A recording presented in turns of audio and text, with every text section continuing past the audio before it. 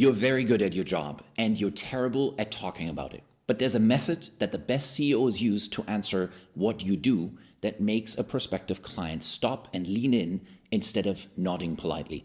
It's a method I've barely talked about anywhere, and once you see it, you can't unsee it. By the end of this, you will have the exact sentence that makes people extremely interested in your idea. Have you ever watched someone's attention quietly switch off the second you explained your work? You're mid-sentence and you can see it. The polite nod, the glance past your shoulder. You assume you described it badly, so next time you describe it better. More detail, more precision, and it gets worse. Here's why, and it's not what you think. The most magnetic people in any room don't describe their work better than you. They describe something completely different. And until you see what it is, every introduction you give costs you the exact clients you want to win. So let's start with the real problem. When someone asks what you do, you tell them what you are. I'm a consultant. I run an advisory firm. I'm in operations. You see it? And the moment you say it, you filed yourself in a drawer in the head marked another professional who wants something from me. That's the consequence. Name your category and they stop seeing a person and start seeing a pitch coming.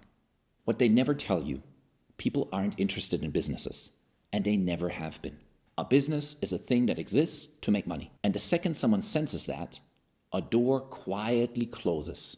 But a mission is a story about someone who cared enough to fix something. And that means the whole frame flips. You stop being a professional selling a service and you become a person on a mission. People follow a purpose. Nobody follows a sales pitch. Think of it like a fingerprint. Your title is a category. Thousands of people share it, and a category is forgettable. But why you started and who you were trying to help, nobody else has that exact print. The instant you lead with the why, you stop being interchangeable. And interchangeable people don't get remembered, let alone hired. Now, before I give you the formula, you need to understand what's happening inside the listener's head while you talk. Because there are only two questions in anyone's mind as they listen to you. The first, why should I keep listening? If a sentence doesn't earn the next 10 seconds of attention, they're gone. So you answer it by leading with a problem, not a profession.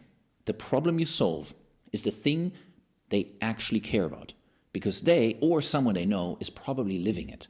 Name the problem and the attention stays. That's the consequence of getting this one right. The second question in people's mind is, why should I trust you? They're listening now, but listening is not believing. This is where most people reach for credentials, and credentials sound like selling. You answer trust a different way. You show that you're driven by something other than money. You show you care. And that means the moment you prove the mission is personal, trust appears. Here's the beautiful part. The method I'm about to give you answers both. So here's the golden formula. It goes like this. Years ago, someone I cared about had this problem and was really struggling with it. So I set out to solve it. I built a way to fix it. And now I do that for other people so they don't have to struggle the same way. Every line is load bearing. So let's analyze it.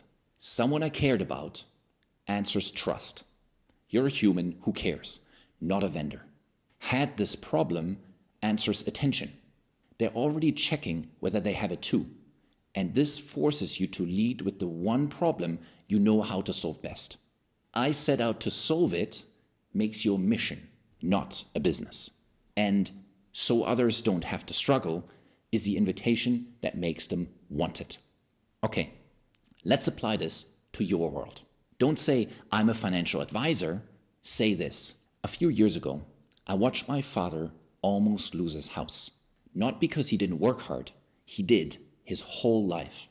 It was because no one had ever explained money to him in plain language.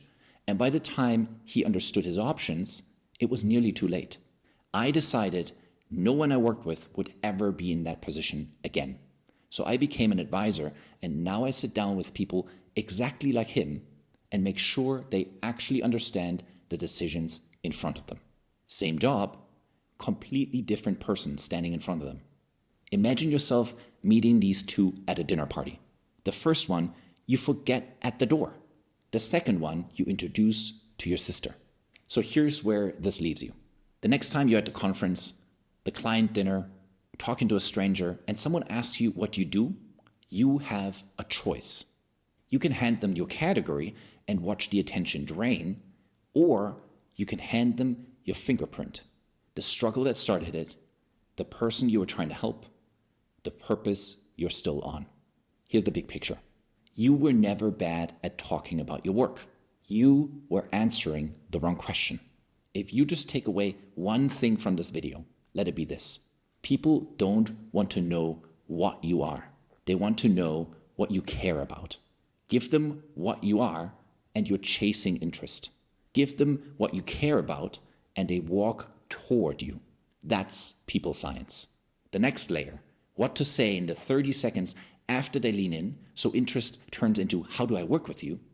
That's the next video. Hit subscribe so it finds you.